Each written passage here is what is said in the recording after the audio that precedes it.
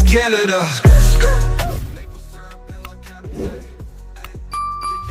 To use President Trump's favorite analogy, they have the cards, right? I mean, they have not only do they have the cards, economy, they also have the security side. I mean, you can't even defend the Arctic, right, by yourself. Well, we can defend more of we're defending more of the Arctic now, 365 days, land, air, sea, over the horizon radar in the Arctic. We're building out our sovereignty in the Arctic. But radar means you can see the thing. You can't actually, don't you need missiles to shoot things down? There are certain areas where we will want to be integrated and continue to fully cooperate with the United States. I would suggest, some others have a different view, but hypersonic missile defense is one of those areas where we're going to want to do, and we have those discussions with them. But the analogy, to go back to your analogy, who has all the cards, there are other games. There's not just one game. That's the point. There are other games. And yes, we're going to spend more time, to extend the analogy, in the game with the United States, but we're going to play other games with other players. There could be a rules-based trade system excluding the US. Yes.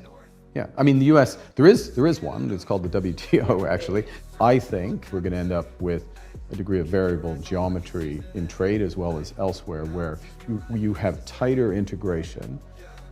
Coalitions of the willing. Yeah, coalitions of the willing, tighter integration with countries that you share a broader range of values, basically concentric circles of integration, which does make sense. It's not, to be clear, it's not as efficient as the trading system that had been in place, but that system is over. And the question is, what do we construct? But when you look at actually what's happened in the last few months, all of these big countries have been falling over themselves to cut deals with the US.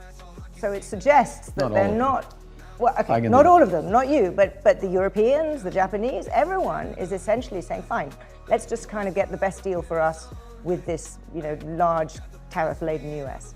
Yeah, I think, well, there's been a process of countries recognizing the scale of the change in US policy, making decisions about how to, and I'm using the President Trump's word, how to buy access to the club. I mean, he uses the example or the reference to Costco or a reference to a golf club, except you're buying a membership through paying a tariff, making investment decisions, making other decisions. So countries and trading blocs like the EU are making those determinations. That is, given the current level of exposure and degrees of integration with the US, in their judgment, that makes sense. Is that the way they want the system to be 10, 20, 30 years from now? Probably not. And the question is, what are countries and trading blocs doing to help build that system? So right now, countries just have to do the best they can, but then they can create a better one, which leads... Well, and it's also, if I may, so part of the reason why countries end up in, quote, having to do one or negotiating from the position they're in, is their degree of dependence on the United States.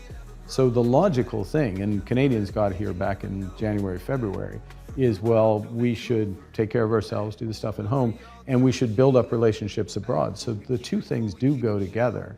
He has a view that you measure economic success in trade, just like you measure success in business of whether or not you have positive cash flow. And so for him, running a trade surplus is a sign of success.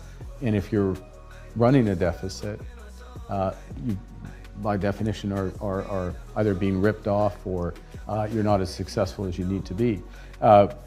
We take a different view, comparative advantage. We don't have time, but since this is The Economist, I can say comparative advantage. I can also say, and this is higher level explainer at the back, if you have the reserve currency, the quid pro quo of having the reserve currency is you run a current account deficit because you got to supply dollars to the world. Have you tried that logic on the president? I have not. There's not enough hours in the day to go there. This is Canada.